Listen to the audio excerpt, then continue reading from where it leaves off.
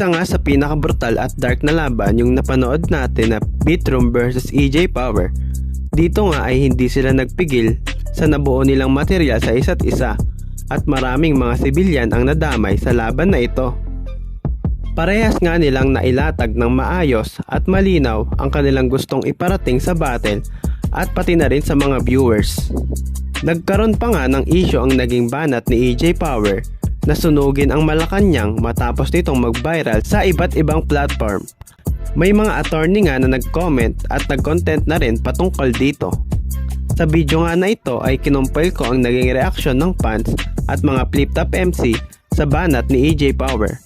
Pwede rin kayong mag-suggest ng line na gagawin natin next ng reaction compilation. Ano? Malakas ba yung hakbang yung natututulan lang naman? Alam nyo makakamit lang yung pagbabago sa madugo na paraan. Kaya kung gusto nyo ng ganyan, humanda ang hukbong sandatahan. Aktivista at buong mamamayan, para sabay-sabay natin na sunugin yung loob ng Malacanang. Sabay-sabay natin na sunugin yung loob ng Malacanang.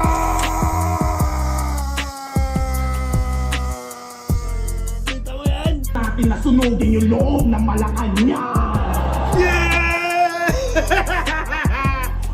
Tangina mo! Legit, boy! Sunugin yung loob ng Malacanang. Putang ina. Sunugin yung loob ng Malacanang. Tangina mo! Hindi lang Malacanang, dapat pati bahay ng mga putang inang kurakot na yan. Wag lang Malacanang kasi yung mga bahay... Sunugin yung loob ng Malacanang.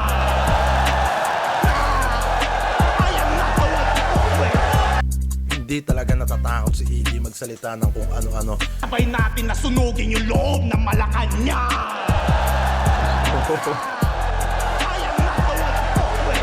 Sunugin yung loob ng Malacanang.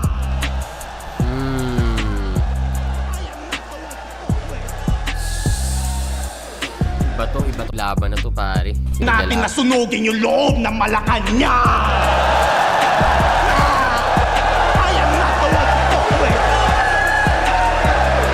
Sunugin yung loob ng Malacanang.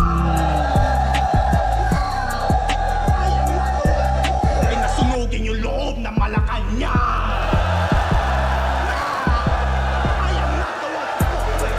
Sabay-sabay natin na sunugin yung loob ng Malacanang.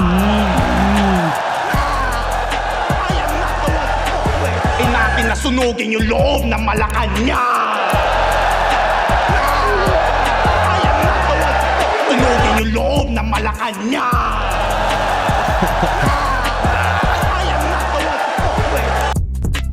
Speaking of Marcos, yung nakaupo ngayon. Ow!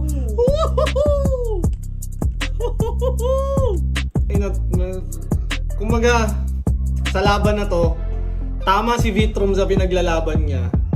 Tama rin si EJ Power. Alam mo yun? Ayun, mabilisan na lang guys. Tangina, goosebumps ako dun sa ender ni EJ na sabay-sabay natin sunugin yung Gago. Sinimulan ni EJ Power nang may dalawang solid na rebuttal. At dahil sa rebuttal na yon, parang malaking portion ng round ni Beatroom yung nasagot niya. Magkaibang prinsipyo, pinaglalaban, magkaibang style, parehong villain.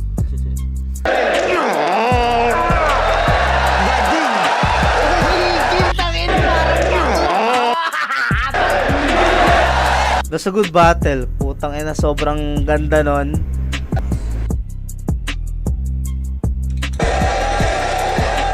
Battle of the year. Kung siya nag-dab.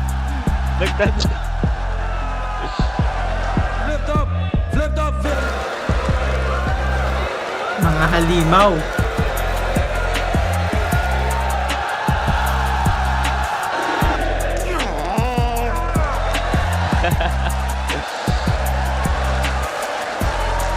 Almost contradicting sila eh.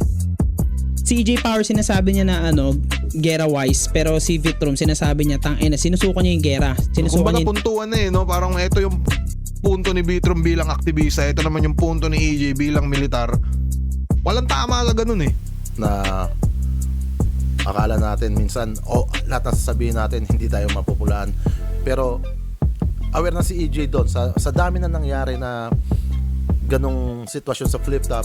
Nakita natin sa banat ni EJ na halo-halo ang naging reaksyon. May mga hype, napawaw at talagang napabilib sa lakas ng loob niyang ibanat ito sa harap ng kamera. Iba-iba rin ang mga naging komento nila sa linya na ito ni EJ Power. Panalo ang mga Pilipino kung mamumula tayo. Laban! Hindi. Pinalitan ko na yan, brother. Kapag sinabi kong EJ, sabihin yung power. Ano mo siya tignan eh. Tama sila parehas. Pero sa battle na to, para sa akin ang ibabaw si EJ Power. Abot yung dalawang sulat nila sa round 3. Naging activist approach yung kay Vitrom. Si EJ Power naman nagpaka kung ano siya. Pero sa kabilang banda, tingin ko na manage pa rin ni EJ na maging convincing yung angle na yun. So doon ko tinitignan yung yung pag-atake niya doon sa Mighty. Parang Iba't iba tong laban na to. Hindi handa mga tao. Magiging, nafe-feel ko na pag na-timeless nung laban na to after so many years. Iba. Yung mga topics, tapos kahit kung titingnan mo siya, para silang hindi para silang magkalaban ng prinsipyo, but Tignan natin judging. Pero ako, round 1 to 3, EJ Power ako din. Para EJ Power. Serve. maghalikan na sila eh. Congrats. Pero pakiramdam ko pre, round 3 ano yan. Tingin ko lang no. Magka-roommate man o hindi, tingin ko mukhang EJ Power yung round 3. Mas natripan ko yung ender niya sa Kasi mahirap maging accurate to. We have to talaga eh. Kailangan mo maglabas ng dito eh. Historian eh. So round 3, perspective mo na to eh. Saan ka magpo-focus eh? So ayun nga, nakita natin na for preference talaga itong matchup na ito. May mga fans na hindi magugustuhan ang mga pinagsasabi nila dito. Pero majority ng aking nakikita ay nag-enjoy at nasayahan naman sila sa naging laban ni Vitrom at EJ Power. At para sa akin, ito yung nagustuhan ko sa battle rap dahil sobra nilang na-showcase ang kanilang talento at pagiging artistic para makabuo ng material na tatago sa realidad ng buhay. Binoses nila dito yung mga bagay na dapat nating marinig. Isang masakit na katotohanan. Yung side ng aktivista at side ng sundalo. Pareha silang entertaining. Mas na-dominate ni EJ Power ng bahagya eh. Alam mo yun, nalagpasan niya ng konti si Vitrom. Pero si Grabing battle to, men. Grabing battle to. Naging kontra yung round 3 ni EJ doon. I think sa kanya yun. Dikit lang, 10-9. pa rin masabi na katulad nung ginawa niya sa round 1 na lahat halos tulog, special lahat nung pagginawa niyang pagtono. Siguro Para sa Pilipinas, di ba? Magkaiba sila ng paniniwala pero both para sa Pilipinas to. Yung bandang huli. So different ways, same adhikain, same vision. As sa akin kay EJ din ako. Round 1, round 3. Round 2 kay Vitrom. Binoto mo si Vitrom kasi nadamay si... Pareha naman din namin yung 3GS din yun. Pero nadamay kasi yung rap battle niya eh. Pero wala eh. Walang personal. Battle to na parang hindi na nila pinag-ingatan talaga yung mga gusto nilang sabihin sa gitna ng entablado. Dapat walang panalo sa laban na to, pre.